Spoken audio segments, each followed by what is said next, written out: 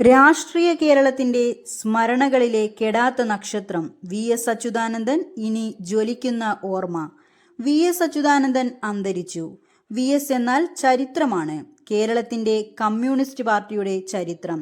കണ്ണേ കരളെ V S A എന്ന ഒറ്റ മുദ്രാവാക്യം മതി സഖാക്കളുടെ നെഞ്ചിലാണ് വി എസ് എന്നതിന് തെളിവ്. അണികൾ ആ വിപ്ലവ നക്ഷത്രത്തെ കേരളത്തിന്റെ ഫിഡൽ കാസ്ട്രോ എന്ന് വിളിച്ചു. ആ ആൾക്കൂട്ടമായിരുന്നു, ചുറ്റും കൂടുന്ന പതിനായിരങ്ങളായിരുന്നു എന്നും വേലിക്കകത്ത് ശങ്കരൻ അച്യുതാനന്ദന്റെ ശക്തി. ഒരു നേതൃത്വത്തിനു മുന്നിലും തലകുനിക്കാത്ത, പാർട്ടിക്കകത്തും പുറത്തും നിറഞ്ഞ പോരാട്ടവീര്യം. രാഷ്ട്രീയ നേതാവിൽ നിന്ന് ജനനേതാവിലേക്ക് വി എസിന്റെ പരിണാമത്തിന് കാലം സാക്ഷി. രാഷ്ട്രീയ കേരളത്തിന്റെ സ്മരണകളിലെ കെടാത്ത നക്ഷത്രം വി എസ് അച്യുതാനന്ദൻ ഇനി ജ്വലിക്കുന്ന ഓർമ്മയായി.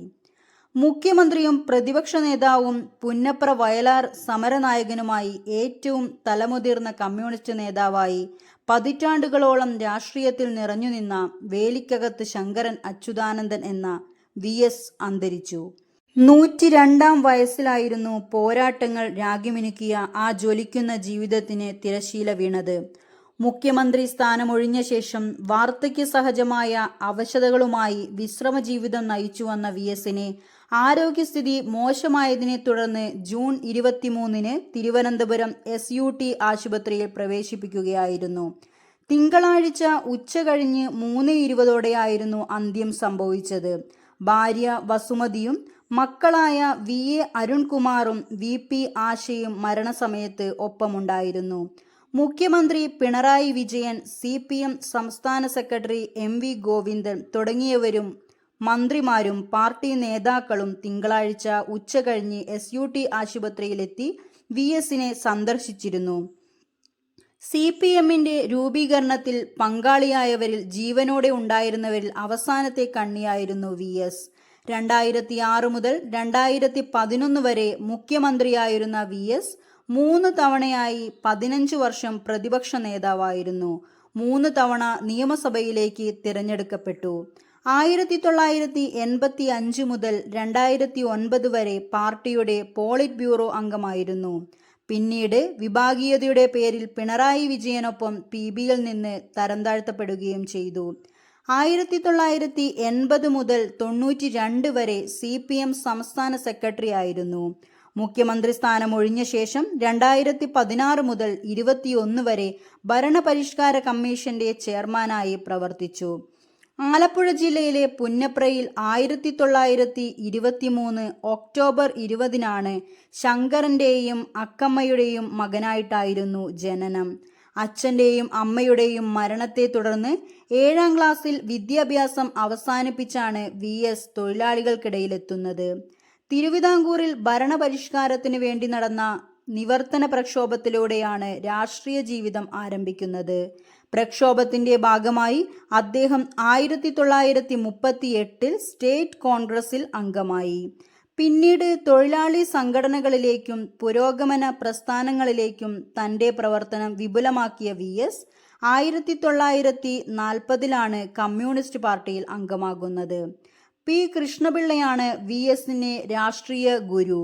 ആലപ്പുഴയിലെ കർഷക തൊഴിലാളികളുടെ അവകാശം സംരക്ഷിക്കുന്നതിനുള്ള പ്രക്ഷോഭങ്ങളിലും സ്വാതന്ത്ര്യ സമരത്തിന്റെയും ഭാഗമായി 1946 നടന്ന പുന്നപ്ര വയലാർ പ്രക്ഷോഭമായിരുന്നു ആ രാഷ്ട്രീയ ജീവിതത്തിലെ നാഴികക്കല്ല്.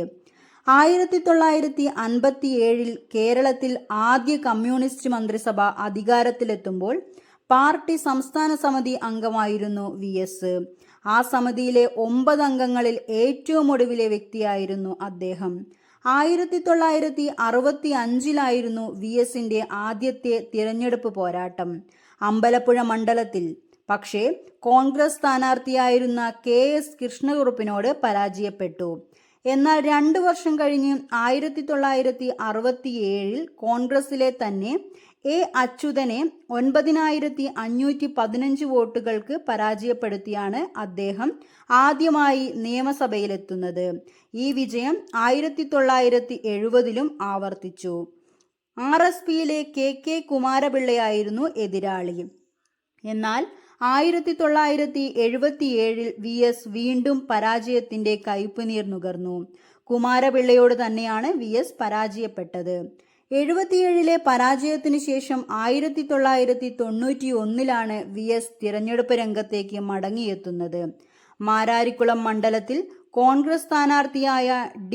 സുഗതയെ 9980 വോട്ടിന് പരാജയപ്പെടുത്തിയാണ് VSന്റെ മടങ്ങിവരവ്.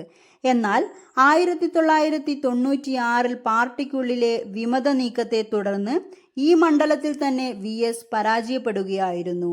പലതവണ നിയമസഭയിൽ എത്തിയിട്ടും അധികാര സ്ഥാനങ്ങൾ VSന് ഏറെ അകലെയായിരുന്നു.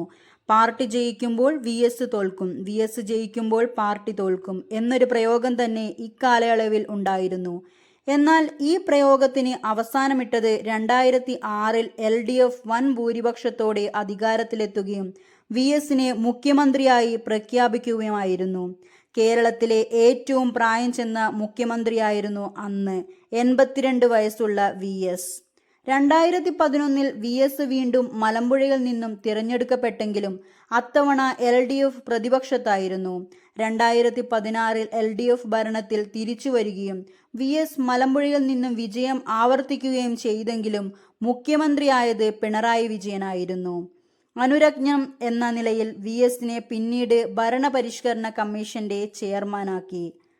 പ്രായാധിക്യത്തെയും അനാരോഗ്യത്തെയും തുടർന്ന് 2021-ലെ തിരഞ്ഞെടുപ്പിൽ മത്സരരംഗത്തില്ലായിരുന്ന VS കഴിഞ്ഞ കുറച്ചു നാളുകളായി വിശ്രമ ജീവിതം നയിക്കുകയായിരുന്നു.